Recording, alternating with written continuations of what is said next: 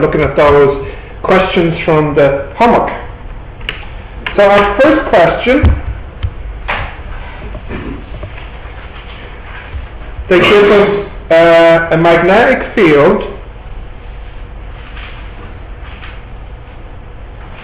and this is going into the page like this. So they draw it like this. And they're saying that this is going into the page. And then they have a current going through the magnetic field like this.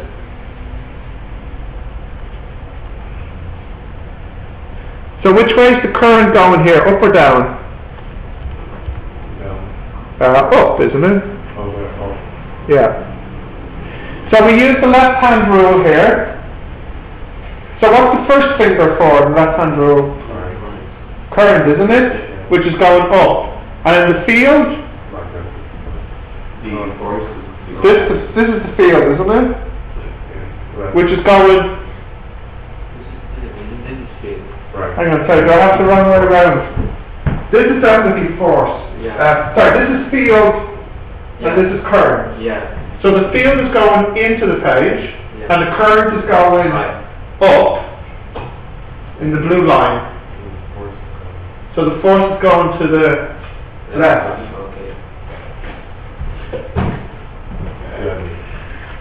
Fleming's left-hand rule. They do this in Russia. What? They use this in Russia. Right. This is easy. The field goes into your hand. Okay. Do you get the same answer? If it's going on the left here. Then everything is good. So this is going, the force will be going this way.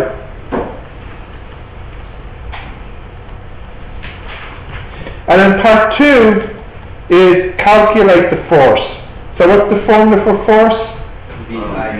B-I-L. So the B is 0.863, the I is 4.4, and the length is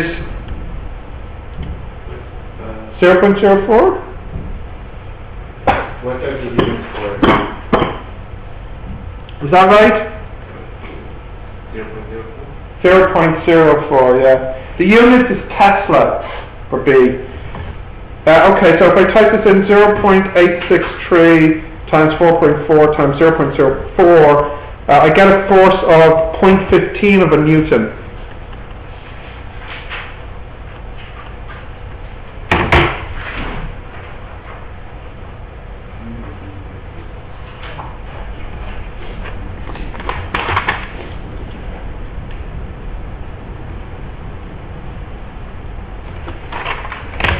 This is not so difficult, this formula, okay? Can we go on to number 2?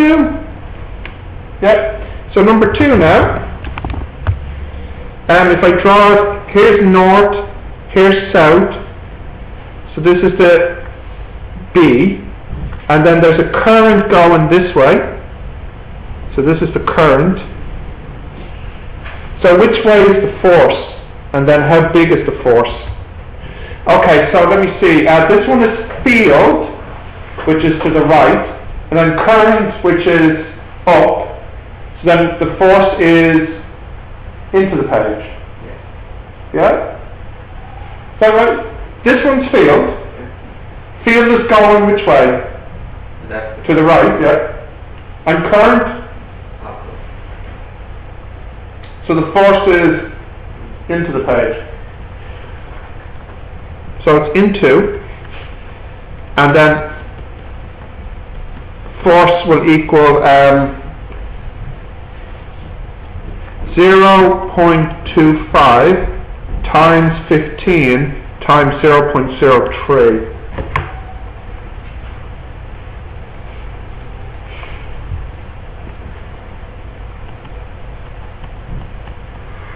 Newton, 0.113.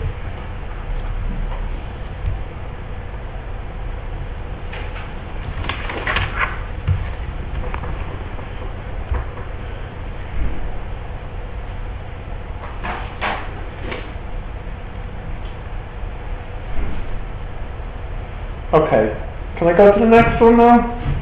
So 3, we have current this way, magnetic field this way. So let's try this again, right up, so yeah, once again this is into the page, and then the force is BIL, which is 1.2 times 7 times 0.4.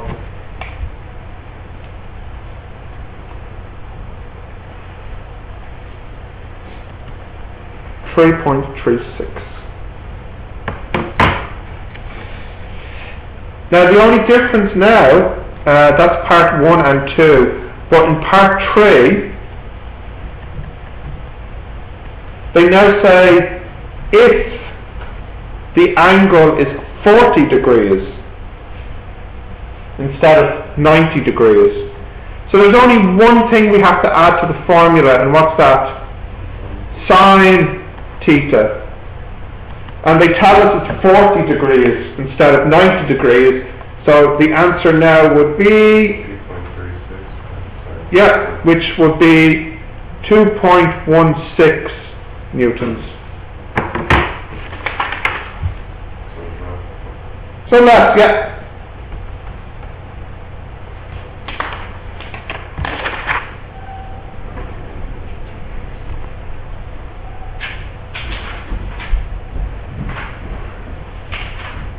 It's okay? Yeah.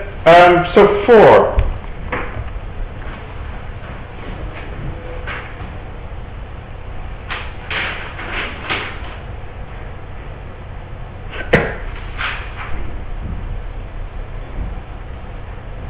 Okay.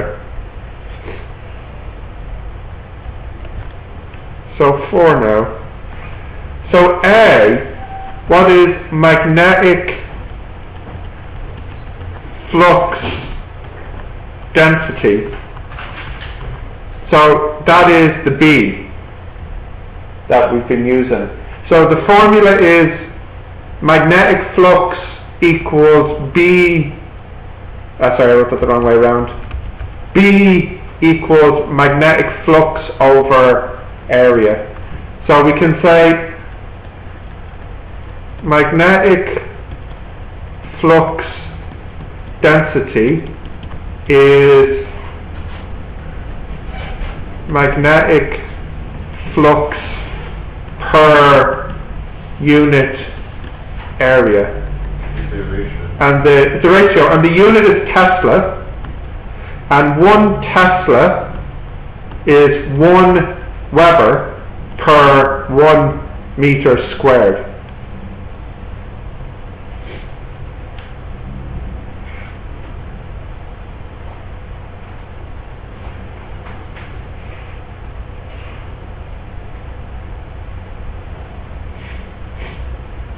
Can we just say 2 meters? Oh yeah, of course, yeah.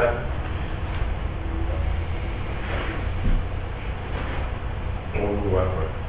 Yeah. And Weber is for magnetic flux or magnetic strength.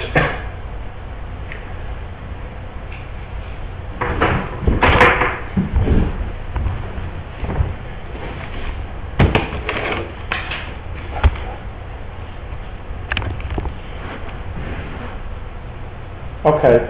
Can I scroll down? Oh, sorry, there's the second part here, yeah. So the B part here is they want the force.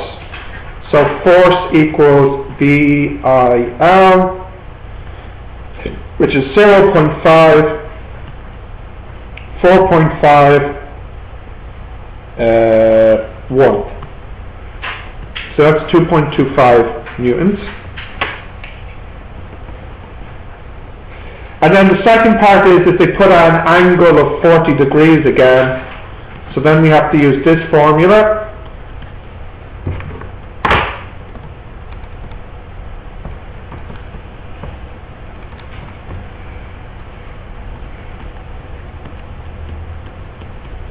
.45 newtons. What was the angle? 40 degrees, sorry. It's in the question. They put this at 40 degrees.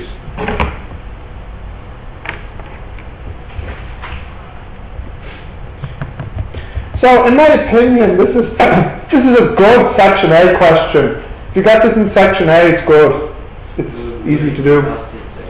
Huh? Could be part of a bigger question. Okay, last one here, 5.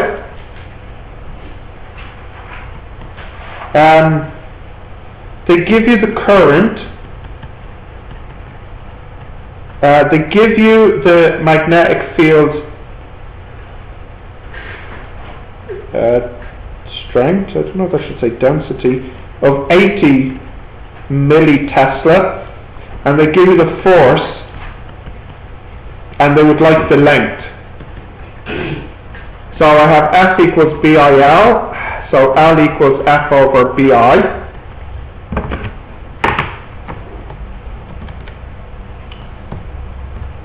Um, 1.35 minus 3. So that is 1.48 meters.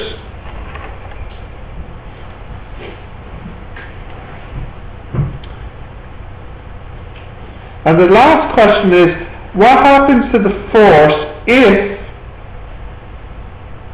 the wire is parallel to the field? So if you, we try and draw this with our hand, okay? So what we have is, look, let's say the field is going north, and the wire is going north. What's the force? Well, the field is going north, so I put my hand like this, and what way is the current going?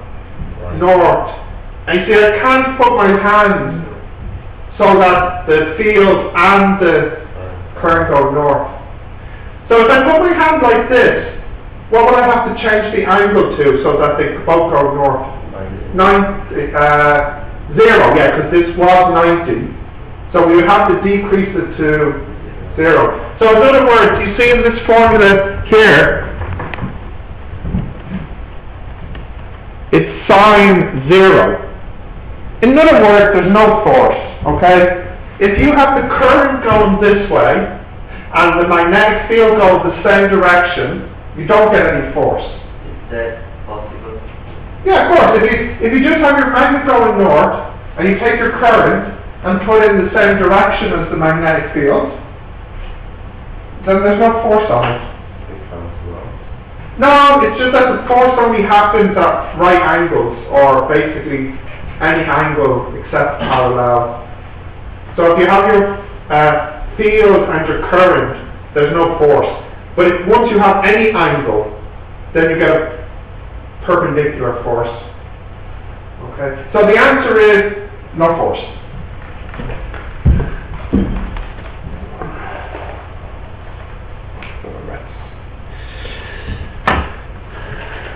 Okay.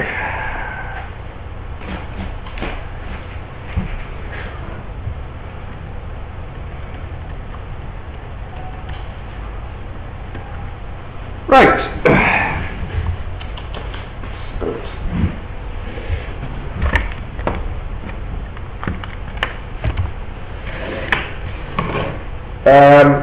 So let me just write down this number here, 1.48.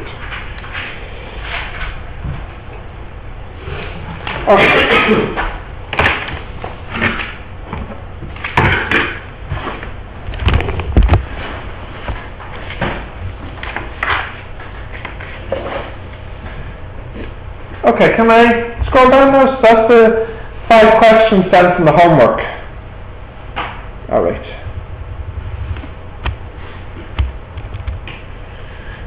Now, there's something very useful about the fact that when you have a current in a magnetic field it makes a force.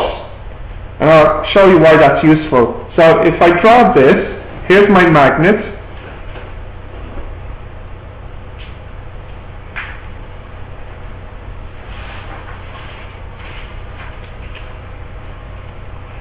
And then I'll draw the other one here.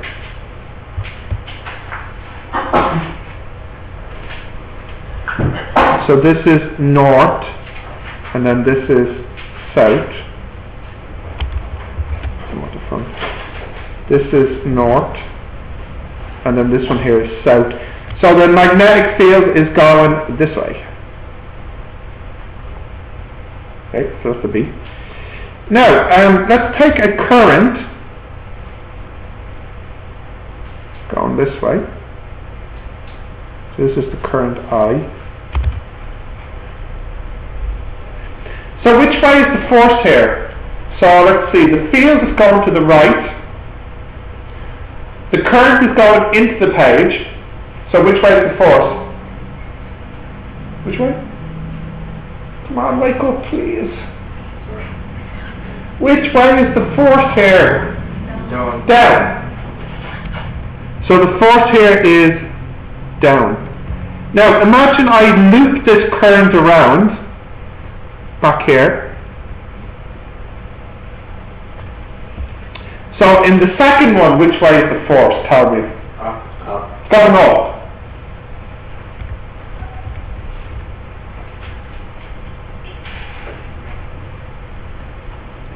Now if I put a wheel at the back here,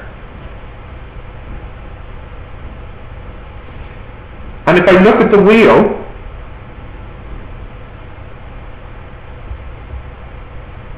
there's a force going up this way, and there's a force going down this way.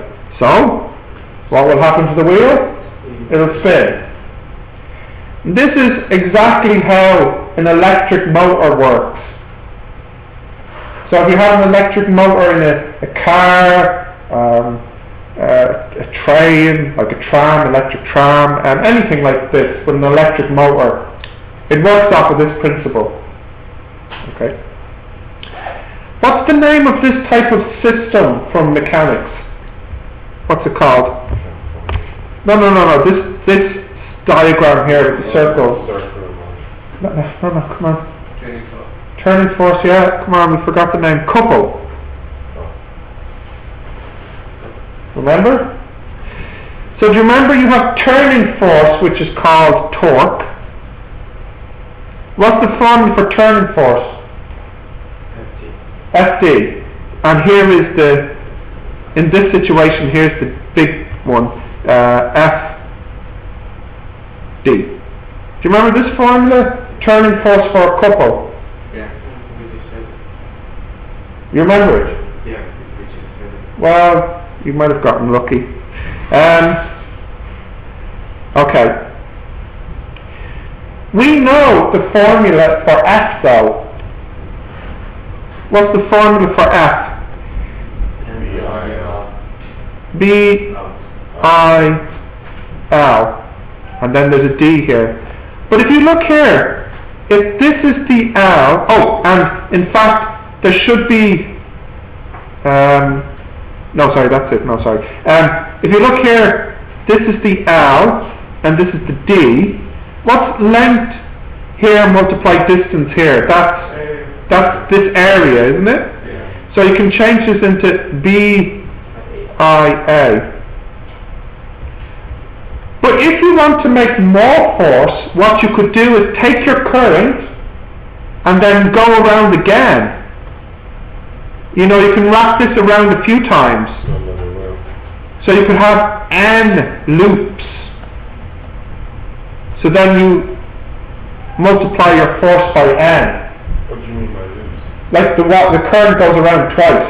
Oh, different wire? Yeah, same wire, but just wrap it around a few times. Yeah, so you take the wire around once, and then twice, and 3 times. So you end up with this formula here. NBIA is the turning force, the torque, for this wheel. Do you remember what the unit is for turning force? What is it? Not Newton, no, because that's force. What's the unit for turning force? Newton meter. Okay. So you can do this again. What? So we're taking the area of the... Of the rectangle that the current is wrapped around. And n is the Number of loops, yeah. So the first time I drew it, the n was just 1.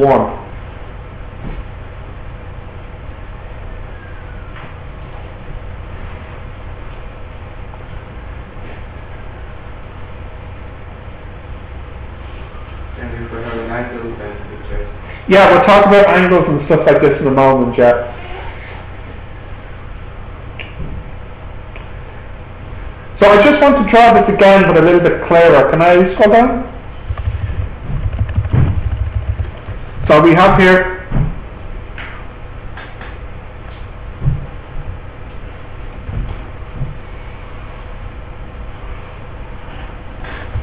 north,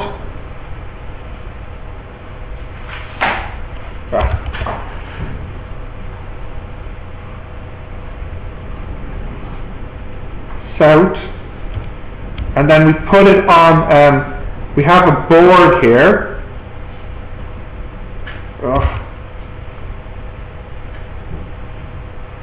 And then on the board we have our current. So it goes around. And it could go around many times, okay? Now we need some way to get the current into this. Oh, and I'll draw the wheel at the back here.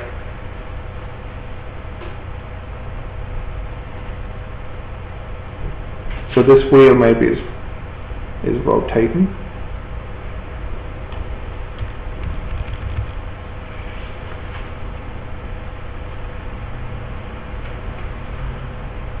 Now if you look here, there's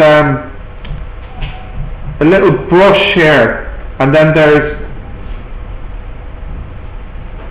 2 rings here,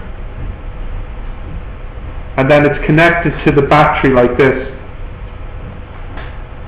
So what's happening here is the current comes along here, goes into this ring, and then this ring touches this little brush, and then goes into the cable. I shouldn't use green here as well. Let me use red for the wheel. And then the current goes along here, touches this ring, and then goes back to the battery. So these little rings here are called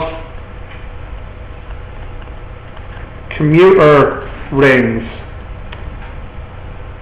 You can kind of see them here. Don't have any way of trying to show you this.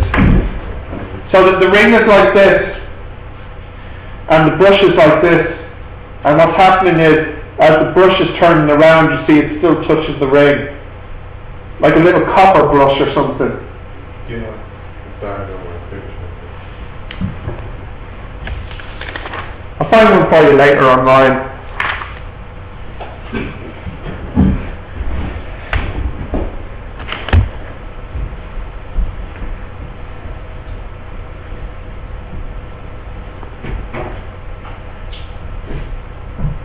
So this is how you can make what's called,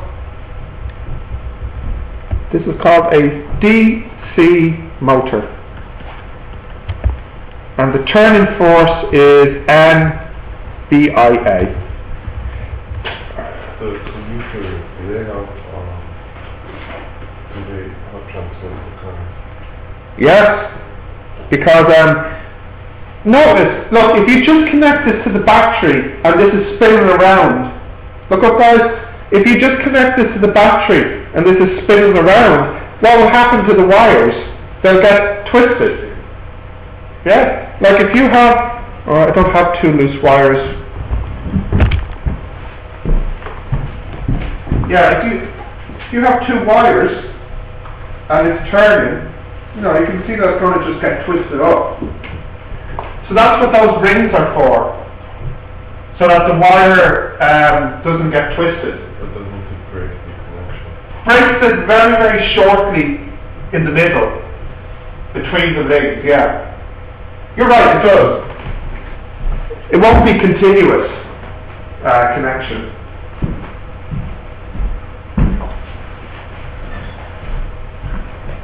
Okay. Did you draw that now? Because you need that for the exam. They give this diagram.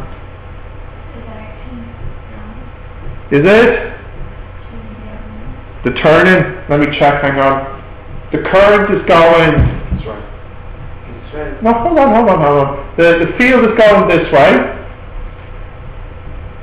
The current's going up. Yeah, she's right. It's turning the wrong way. Should be going this way. Yep.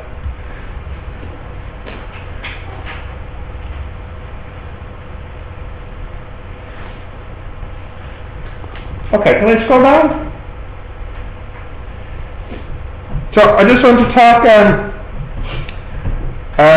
a little bit about angles. So if I just go to the side here for a moment. So do you remember yesterday we said B equals magnetic flux over A. And the way I drew this was, here's your magnetic flux, and then here is your area, and the B is the magnetic strength or magnetic flux per area. But that's what I didn't tell you yesterday, was that is if this is at right angles. If it wasn't at right angles, if it was something like this, if I draw that an angle, that's an angle, theta. The formula is not much different. You just get B equals phi over A sine theta. Or cos theta, depending on which way you measure the theta. So you could have sine or cos, depending on if you measure the theta from which direction. So like, if you look here, if I was to do it this way, let's see.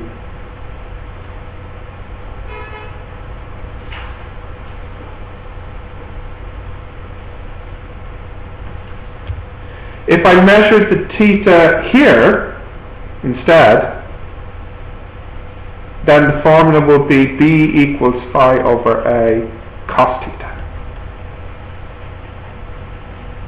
This is usually what they have for the exam actually, so it's usually the cos one. So how do you get sine? The sine one is if you measure the angle this way. Anyway, Joshua, it doesn't really matter because for the exam they'll always choose the angle. That means you'll have to use the cos. So it depends You choose on, the cos. In the exam, yeah. it depends on the space, the angle of the space. It depends how you measure the angle. So if you look at my second example, I'm measuring the angle of the area with the horizontal. I'm talking about the formula. Oh yeah, I should use this one, yeah? No, like, magnetic flux over A Yeah. depends on the angle of the space. If it's at Well, if this has to be at 90 degrees to use this one. And if it's not at 90 degrees, we use this one.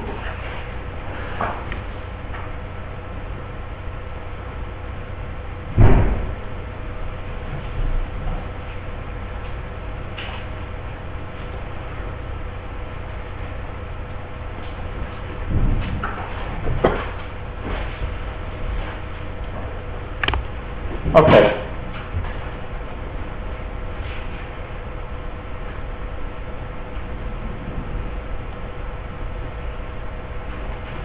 Can I scroll back to the right?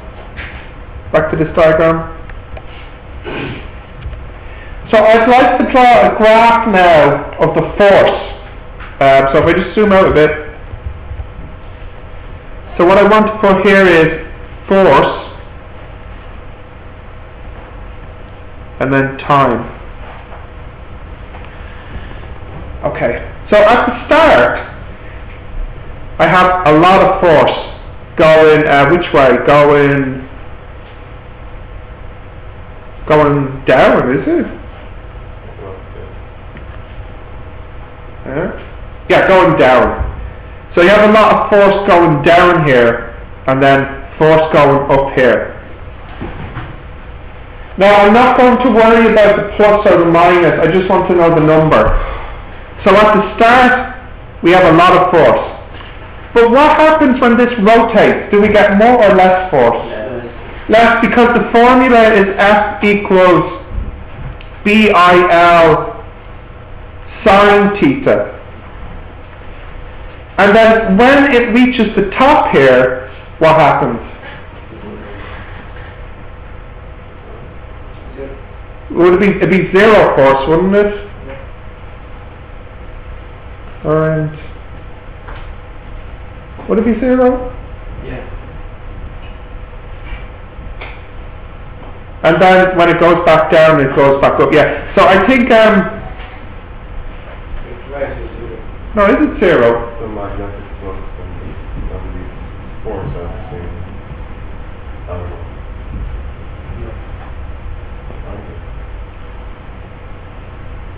I think the force might not change. It's just the wires will tend to. No, actually, sorry, the force doesn't change. Because if I look at this here, the current is going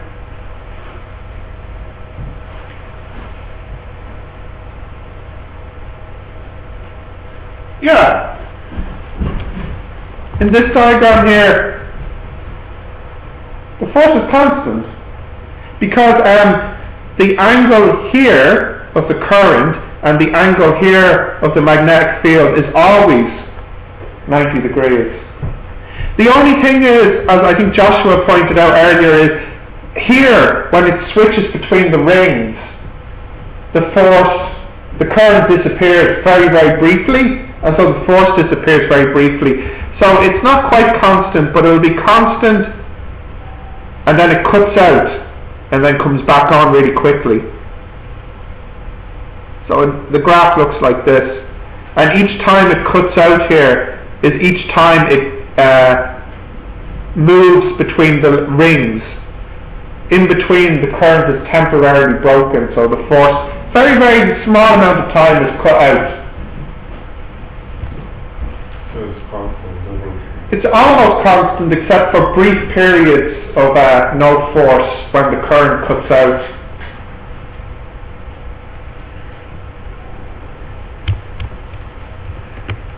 I'll try and find that picture now, Joshua.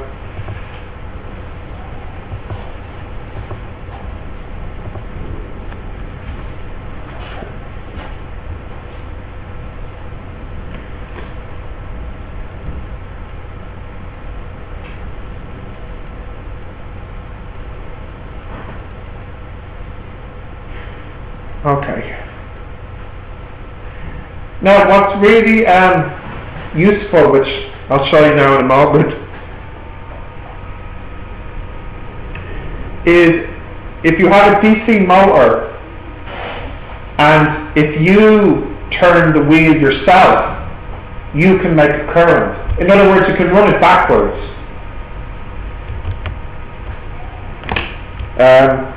DC motor.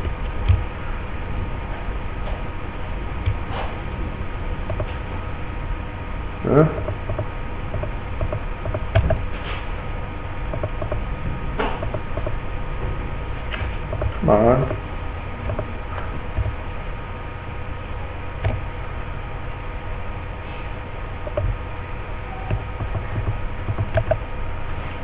There we go.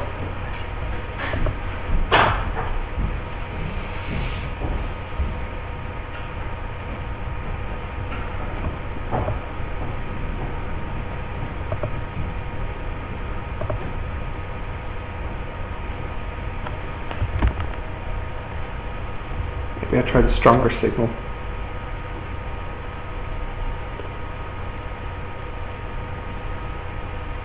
There we go. Okay.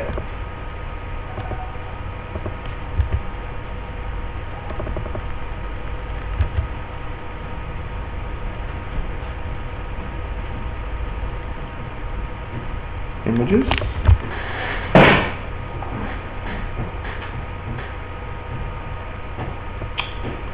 Not too realistic. Simple diagram. Yeah.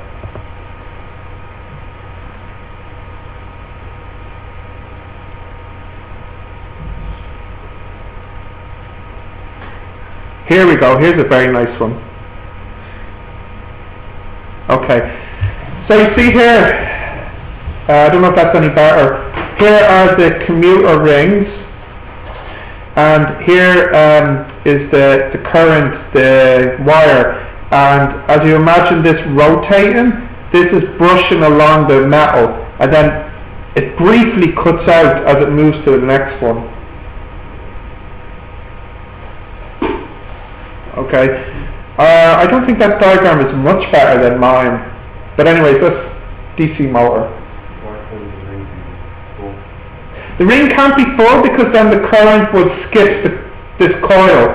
The current would go around, it'd go through these two, and then back here.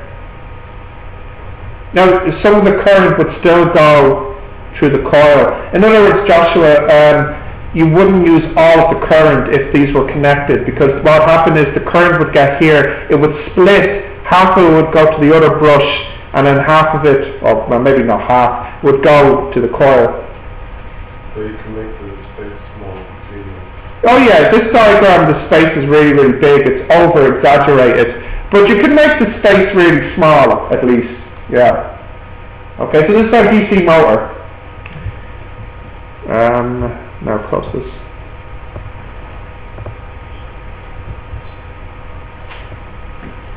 Okay.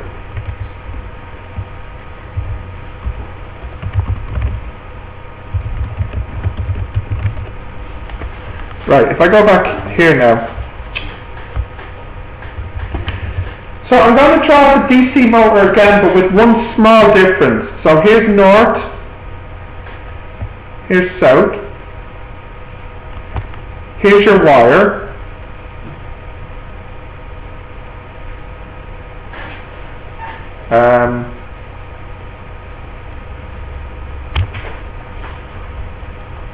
Sorry, I know it's ugly.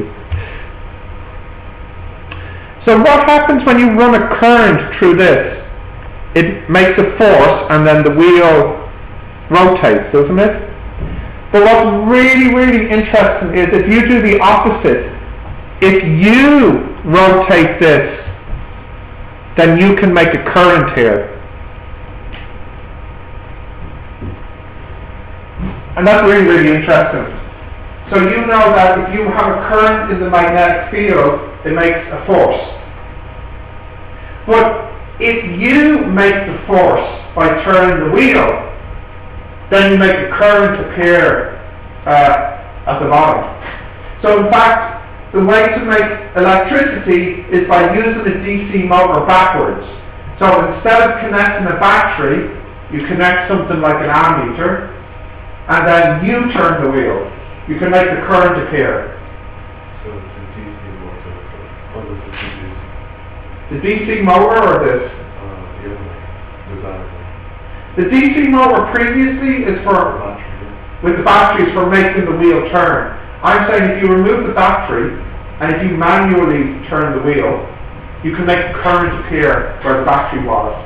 In other words, you can generate electricity. Okay, so now we have a generator.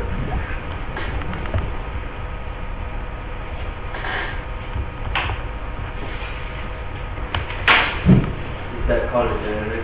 The generator, yeah. Now if I show you a picture here, Fleming's rule here. So this is the right-hand rule for the generator. So what you have here is, this is your movement, this is your magnet, and then this is where the current appears. So if I look at this picture here, what one did I say to me? Motion and magnet, okay. So this one here is the movement. So if I look at the right, which way is the movement? The movement is going up. And then this one here is the magnetic field. Which way is the magnetic field? It's going to the right. So then which way is the current? Into the page. So if you turn the wheel like this, you make a current going into the page. So you get a current going this way. And then there'll be a current going this way.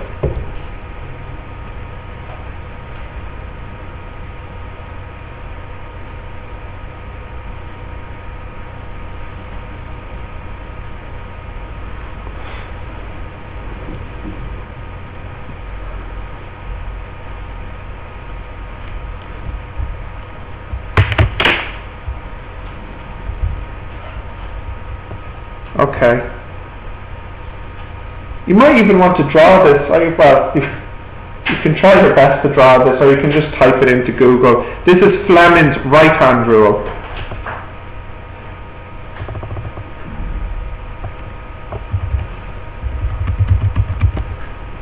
And try and get a nice picture for you.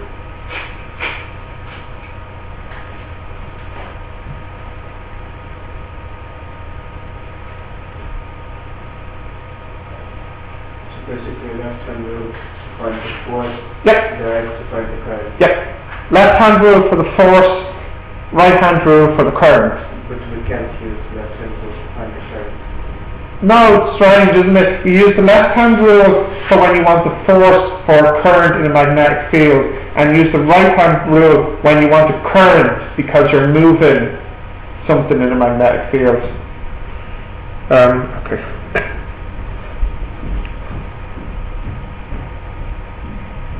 It seems like you should be able to use the one rule for both, but in fact it's not like that. So left hand for force, right hand for current.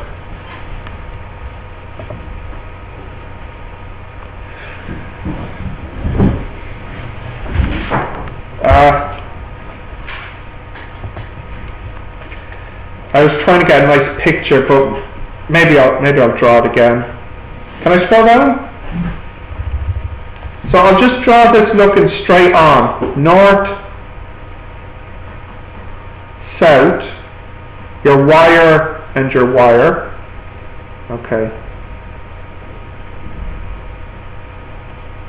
Well, it's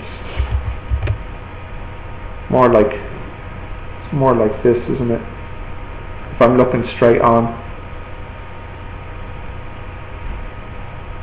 Okay, so what did we say at the beginning? The current is going this way. Yes, are we focused here? Okay.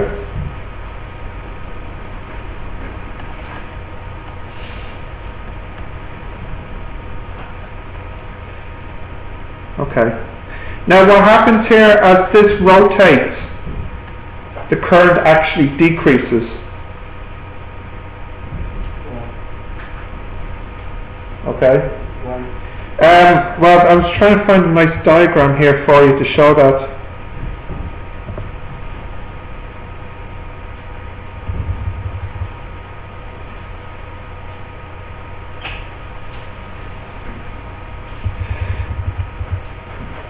Oh, come on. Oh, here we go. Sorry, my bad. I drew something wrong in my diagram generator.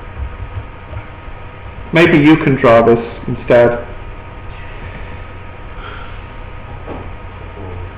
The connection is a little bit different here for the generator. Can you see these two rings here like this? The reason for this is to make sure that it's always connected. So if you look here, look at this red one. You see this red one is always touching this ring, yes? And see this blue one is always touching this ring. So this is really how I should have drawn it for the generator. My previous diagram with the DC motor is fine. But for the generator, can you try to draw it like this? Can you do your very best to draw this? Try to get the rings like this. Is the ring metallic? What's that? Is the ring metallic or is it metallic? It's a conductor, just.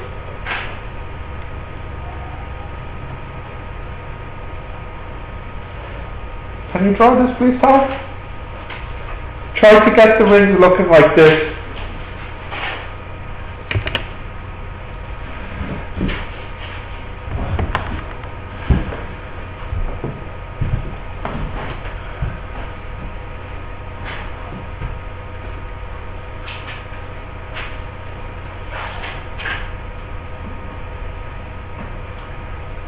let me just give you a little bit of English.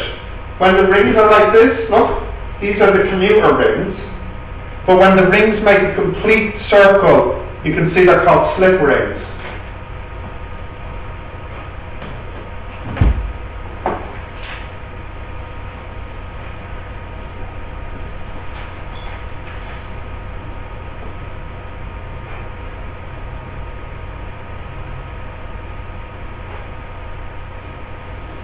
So isn't the current going to be the same? No, now see, this is the thing. The slip rings actually is what's making the difference. So if we use our right-hand rule, let's say I turn the wheel, this way. So why did I say the current was going in the blue wire? Was it going into or out of the page? Into the page, isn't it? So, I can't quite reach here.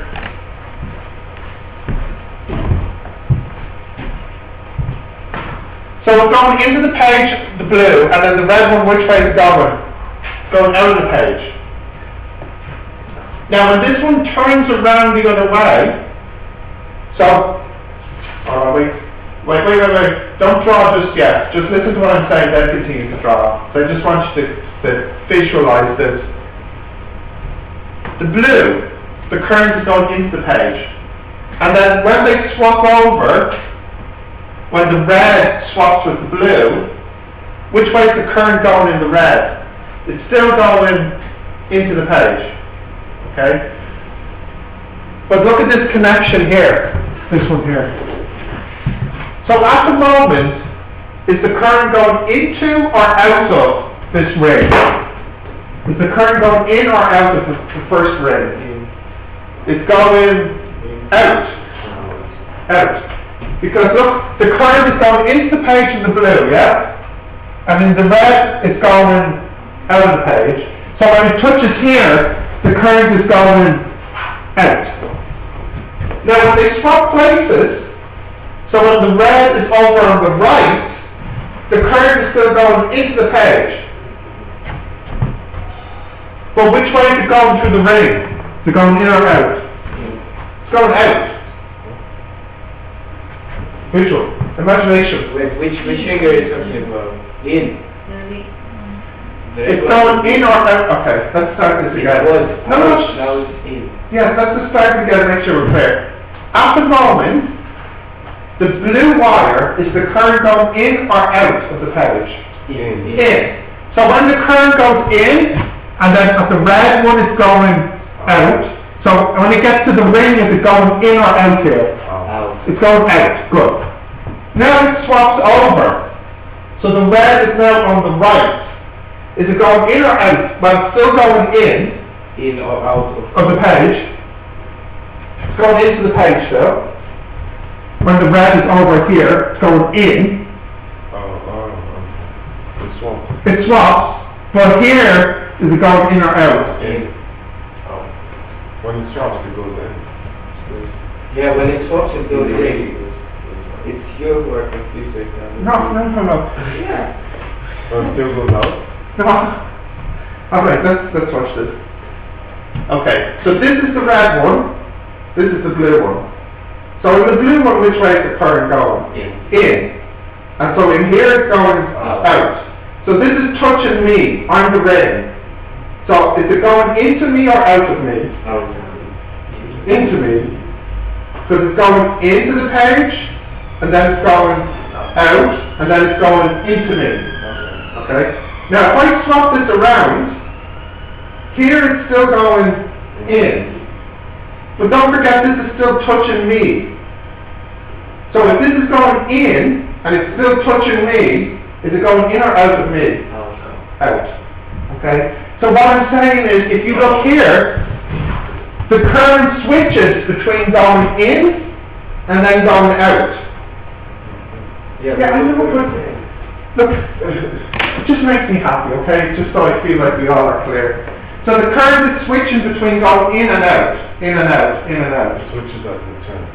Yes, as it turns, it switches. So at the beginning, here, it's going into me. So, yes, That's what I'm trying to get at. So at the start it's going in, but then later it should be the opposite direction, minus, it's going out. So the graph looks like this.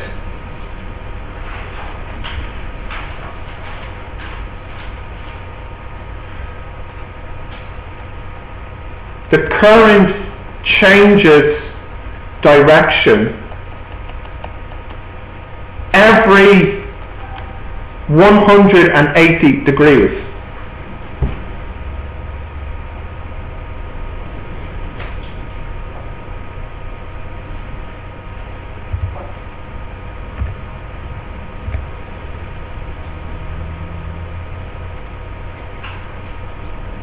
So this is 80. Yeah, so this is finally what I'm getting to.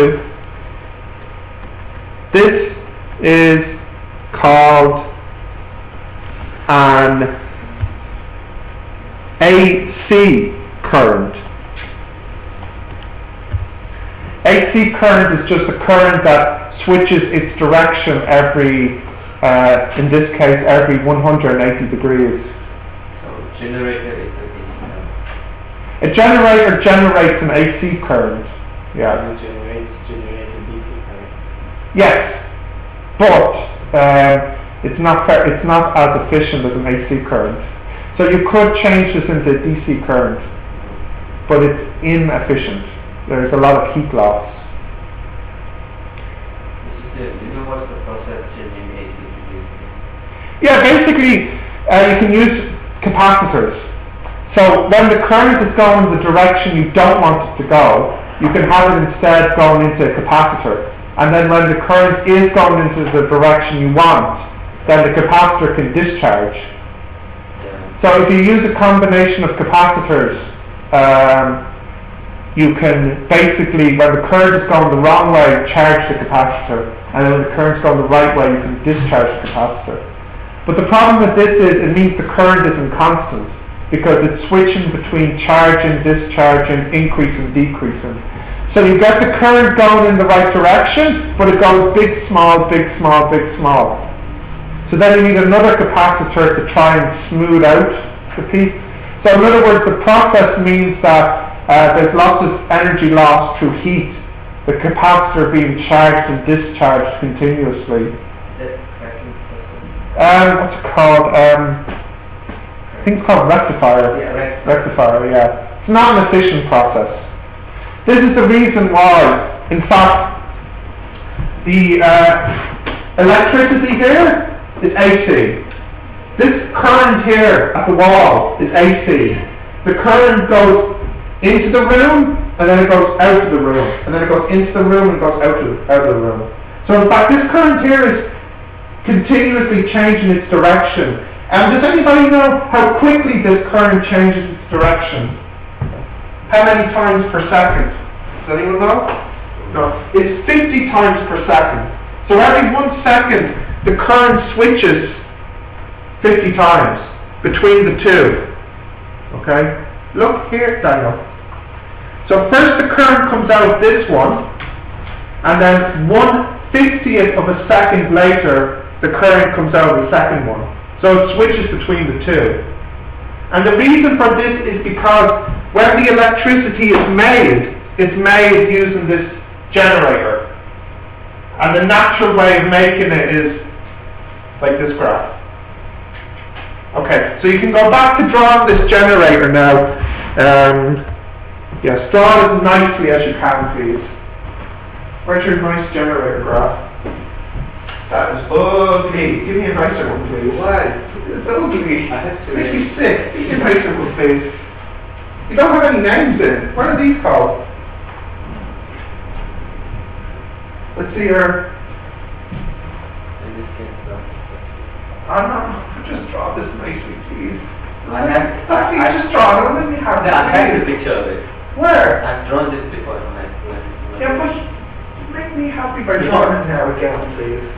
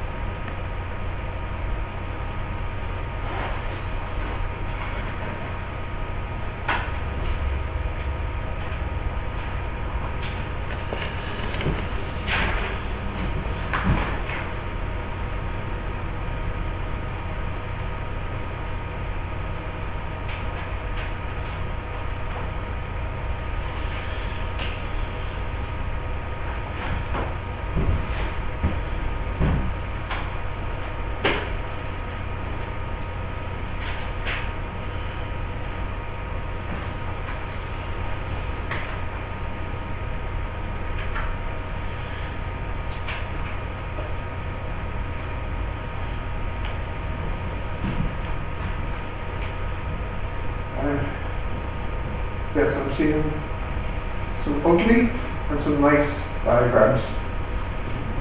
You drew it? Let's see. Where? Shiny. Where is it? Okay, that's good. Right, now, what I'll do is I have 4 questions about this DC motor and AC generator. So I think what we'll do is I'll let you do these 4 questions. I don't think they'll take you too long to do, and then I'll do them on the board. Or will we take turns? I'll do one, then you do one, you do one, I do one, then you do 2, and then I do 2. Yeah. So do you want to do them all together? And then I do all the answers? Or do you want to one by one, like with the maths? Okay, so we'll do them one by one. So if you can try number 1 first.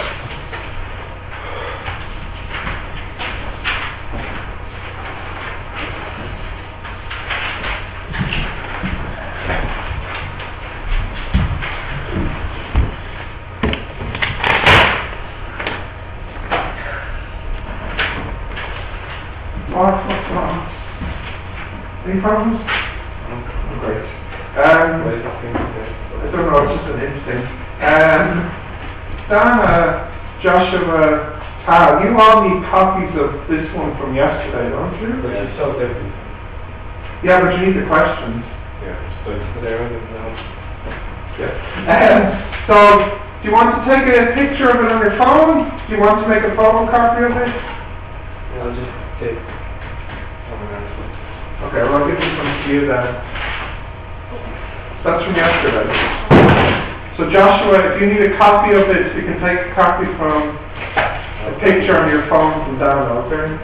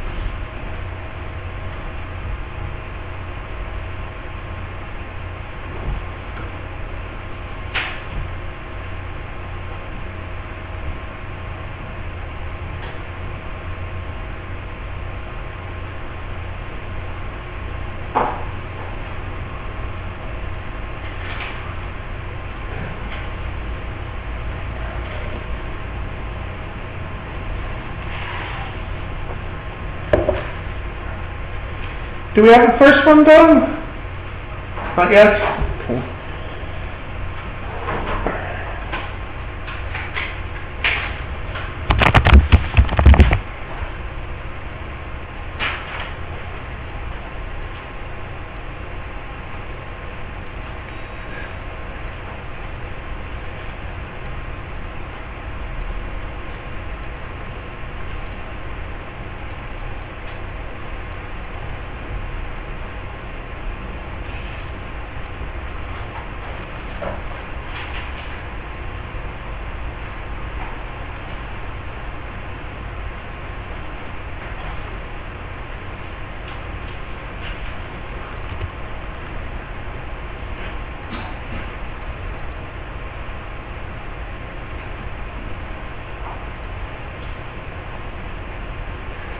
For the force, for the torque, we don't need the M, right? For the torque, you do need the M. But for the force, we don't. Oh, for the force you do as well. Well, Then what's the difference between 1 and 2? part 1 and part 2? Part 1 they want the force, and part 2 they want the torque. And the torque formula is, what is it, NBIA. And the force formula is NBIL. The force formula is BIL, but we multiply it by N because there's N loops of wire. So the only difference between the torque and the force formula is one has an L in it and the other one has an A in it. That's all. You're not giving the L?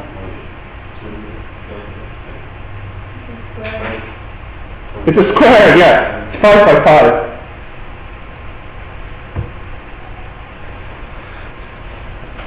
Okay, I'll do the first. Can I do the first one now, or do you need more time? I'll do the first one. So part 1, you want the force, which is NBIL,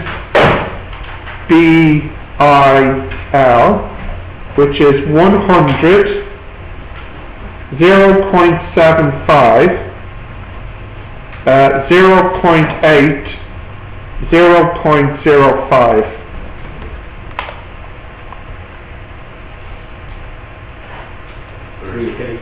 Oh, nice. 3 newtons. Part 2 is you want the torque, which is NBIA. So that's 100 times 0.75 times 0.8 times 0.05 squared. So that comes out as 0.15 Newton meters. And then finally, they want the magnetic flux. So you have B equals, yeah, like I said, it's the COS one for the exam.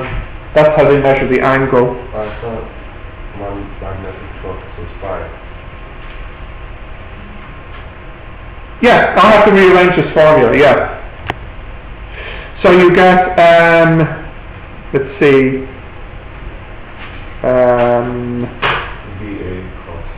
I know the B, I know the A, I know this is, okay, so I get that is equal to AB over cos theta.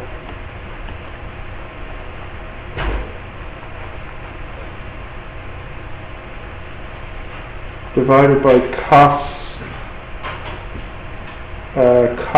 what is it? 60 degrees. 4 milli Webers.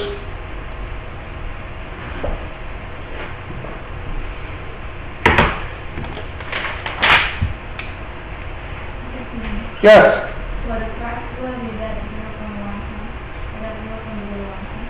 Sorry, for which part? 1 or 2?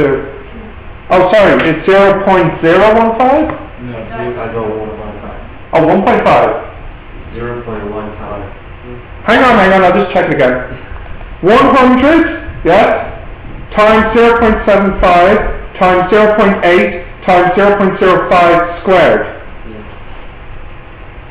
Yeah. 0.15. Yeah, that's what I'm getting.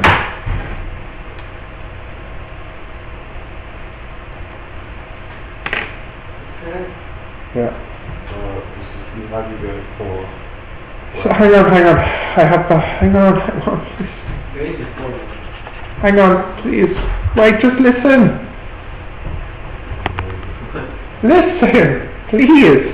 You're distracting your poor sick teacher. Earlier, I told you that, what did I have? Phi equals, no, sorry. B equals phi over A cos theta. Yes? So then you get here AB equals phi cos, well, anyway, it doesn't matter. Look, I need to make a fix for a mistake I had earlier in the formula. Listen please so you can fix this. My bad. Sorry. I have my cos phi on the wrong side. The cos phi should be on the left here in the formula. So can you please change that from earlier? It should be B cos theta equals phi over A. Please make that change. Thank you. So what if it's 90? So yes, if it's 90, then you still get the usual formula, B equals phi over A. Is that same what is at 90? Okay, yeah, the 90 is 0, which it should be, because the theta in this example here is measuring not the, if it's 90, you use 0. Do you want to draw it? Yeah, so What is, B Spanish, please, just one moment, please. Yes, and This is the B, sorry, this is the phi, and then this is the area here. Okay? And the theta is not measuring this angle here, as you pointed out, Tal, because cos 90 is 0. The theta is measured out from here. So in this example, the theta is 0. And then if you move it up, this here is the theta.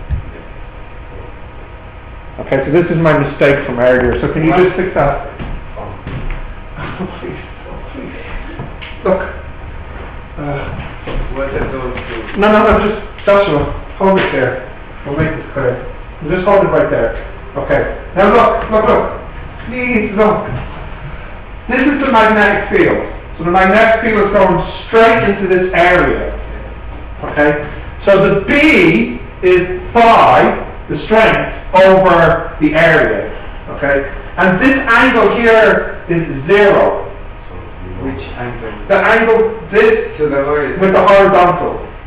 If I increase this angle to theta, then I need to use that formula to get what the B is now.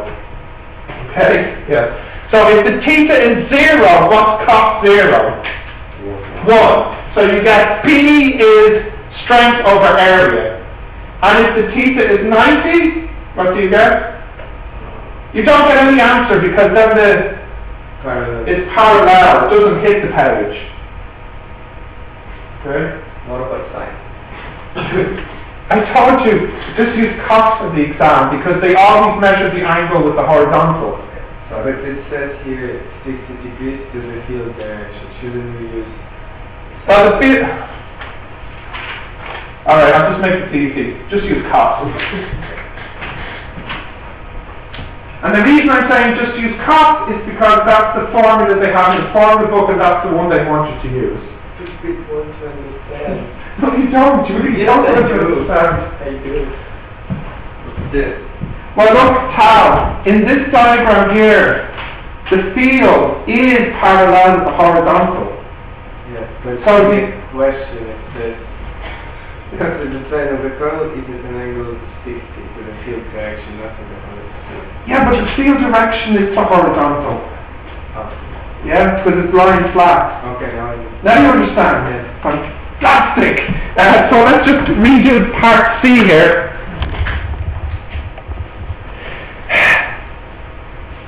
B cos theta equals phi over A. B is, not B. we don't have B? We need, we don't need B. We have B. Yeah, you have B. What is it? 0.75 cos 60 equals phi over 0.05 squared. Right.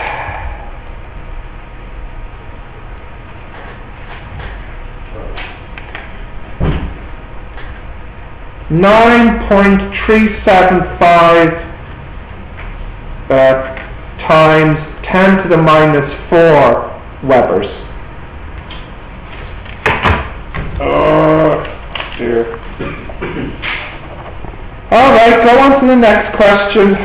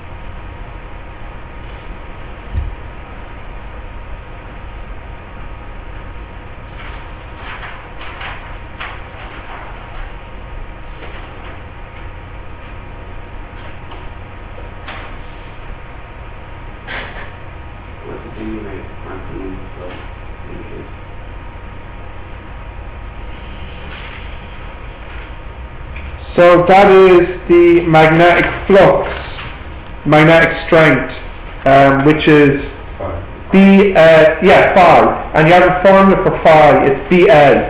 So what are they saying? They want the maximum, so if you look at your formula, at what angle will you get a maximum? At angle 0. So in other words, phi is BA. That's the maximum it can be. When they say that the normal to the plane of the curve is an angle of 25, it means that the angle that we're looking for is 7. Determine the magnetic flux when the normal to the plane of the coil makes an angle of 25 to the magnetic field direction. So we need to take cos 65. Cos 25. The normal is perpendicular to each. Yes, it says the normal to the plane is at 25. I'd have to draw that. Will I just do it now? Okay. Right. 2, first part. Determine the magnetic... Okay, so you have this formula. What was it? B cos theta is phi over A. So phi is AB cos theta. And then the coil, when the normal to the plane of the coil makes an angle 25 with the magnetic field. Okay, so there's the magnetic field, north, south. And here's the coil, and it's rotating. Does it say it's rotating clockwise or anti-clockwise?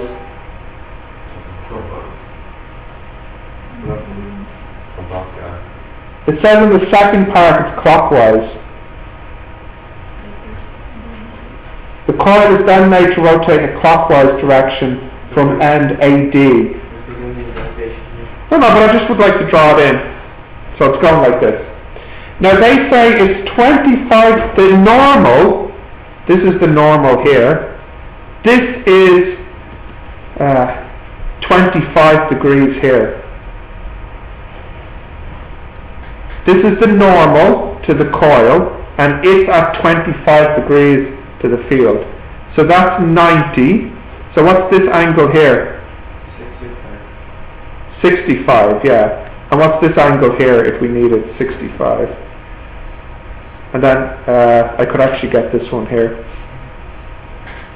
So if I draw this here, which angle do I use? The angle it makes 65. Isn't that what you were saying?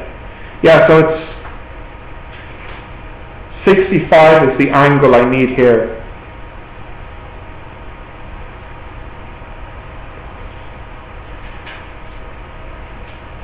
Yeah, 65.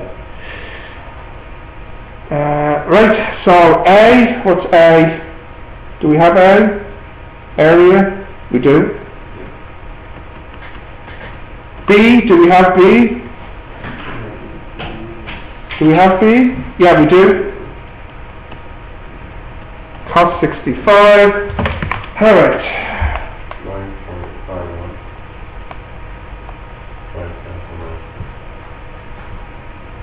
What did you get? 9.51 10 to the minus 6 micro Webers. Alright. Part 2. Which direction is the current flowing?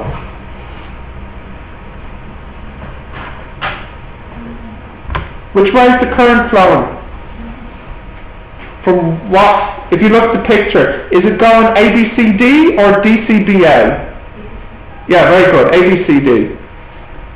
A to B to C to D back to A is the way the current flows. Yeah. How would we know if this is a generator or not? If we were given the first one? Well, because it says the coil is connected to a resistor and not a battery, so this is making it a generator. That's what tells you. Okay, part 3. This is what you were asking me, Daniel. You have what is the maximum? So that is at cos 0 degrees. Just BA. Did you get an answer, Daniel? Can I just write it in? What did you get? 2.25? 10 to the minus 5 Webers. Okay. Right.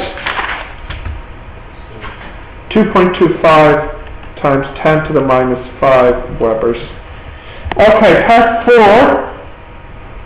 Oh yeah, when will this maximum happen? When will this happen? And it happens at 2 places, doesn't it? Yeah, at the start or 180 degrees later.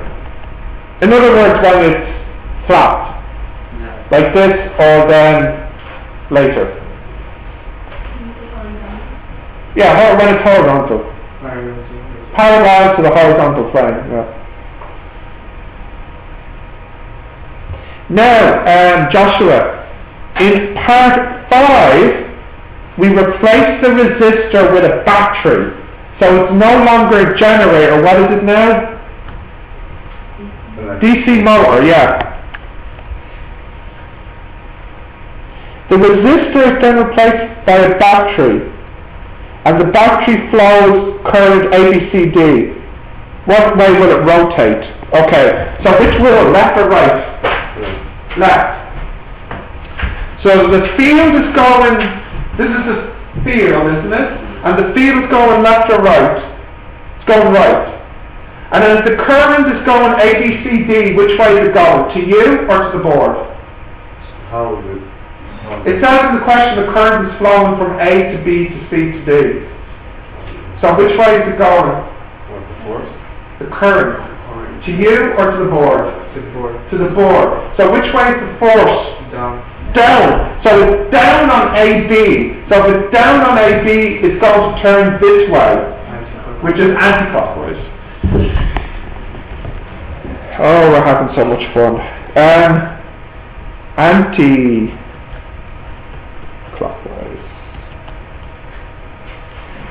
Part 6, what is the torque? So what's the formula for torque? N VIA, which is, how many, what's the N? Is it just, is it just one? Is it just root one? It's just one, isn't it? The B is 0.05, the I is 1.5, and the area is 4.5 times 10 to the minus 4.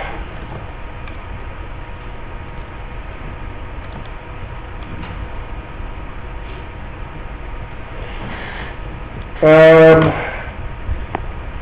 3.375 times 10 to the minus 5 Newton meters.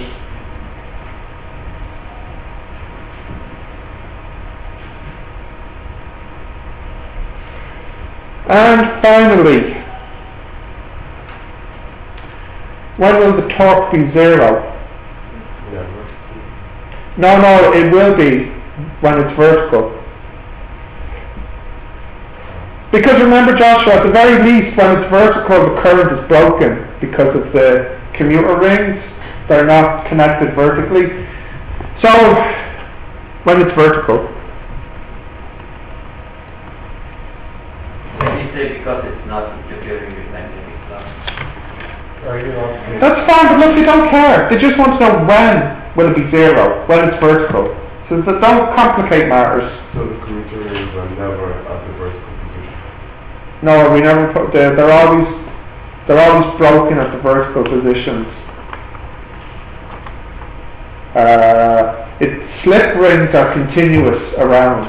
The commuter rings are broken at the top and bottom. And that's a section B question, as you can see. It's half the section B question. Half? Yeah, so see it says B at the top. So I don't remember what the A part was. But you know, if you got that as half of the section B question, that's quite good, I think. Yeah. Anyways, try number 3 now. What? Number 3 is really, really short. Look at it. I'll just do number 3 and 4. What, Joshua? How is the resistor connected to the motor, like in the diagram? The resistor is where I drew the ammeter.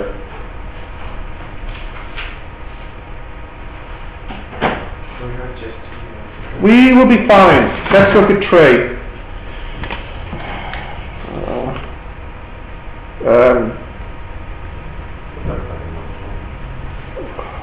What? The diagram you drew, the answer is wrong. No, just the slip rings were wrong. When I drew it as commuter rings. I should have drawn them as slip rings. So where the current goes out and in. Hang on, I don't have the diagram anymore. Do you have it drawn? Right, I'll point to it. The resistor would be between these two. Fantastic. Right, 3.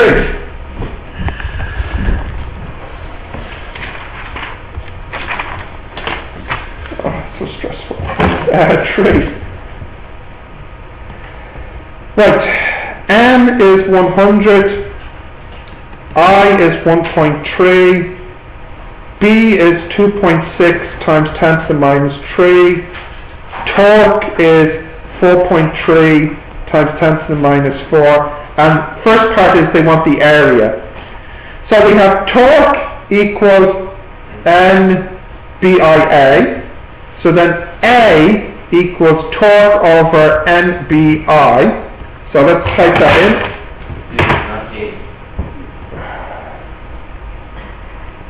Yeah? 4.3 times 10 to the power of minus 4 over N times B times I. So I got 1.27 times 10 to the minus 3 meters squared. Part 2, what is the magnetic flux? So magnetic flux equals AB cos theta. So that would be A times B times cos 35, and I got 2.71 microwebers.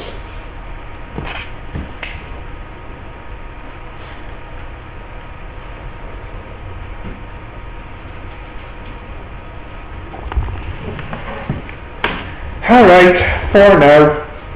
Good. What? Homework, yes. It's homework. No, do it 4 now, because there's not even any calculations in 4. So if you look at...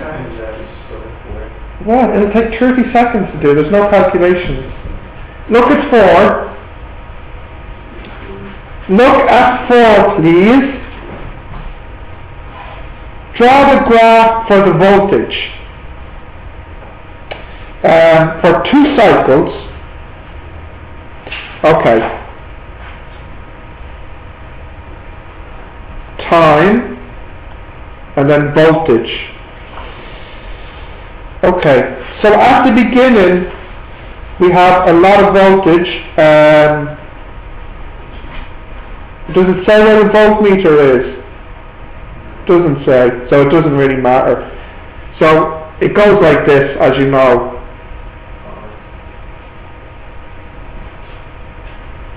That's 1 cycle, and it says 2 cycles, doesn't it? Yeah, so that's what it looks like, okay?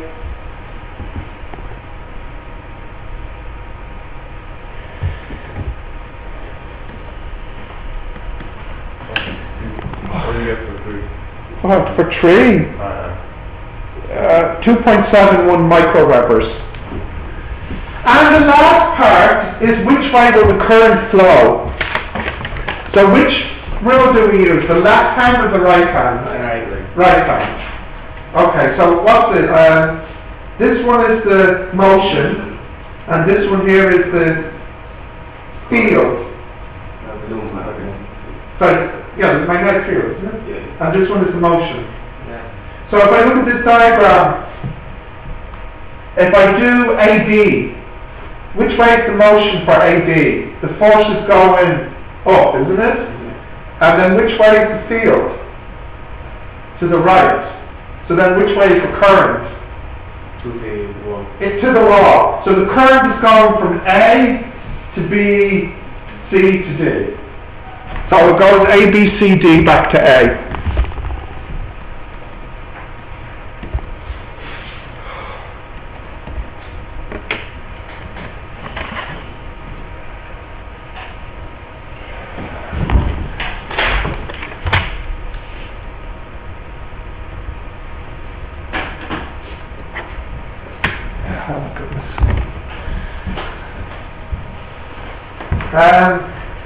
So tomorrow's class we're going to do some past exam questions, okay? I'm going to upload them on Moodle. So if you look at Moodle, I have the exam questions up until 2014. What you don't have is 2015. So later today I'm going to add 2015 to the exam book, upload that to Moodle, and we'll look, and we'll start with 2015 and we'll go backwards in time. How is it 2015? Huh? How is it 2015? We're going to have to... What I mean by 2015, sorry, is the exams that were released in 2015. Because each year NTUK releases exams.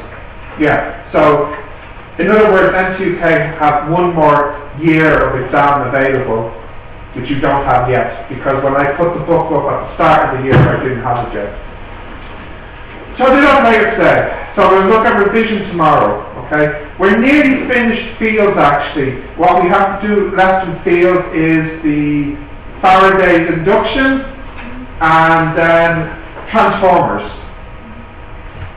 Not Optimus Prime, okay? Right, we're finished there.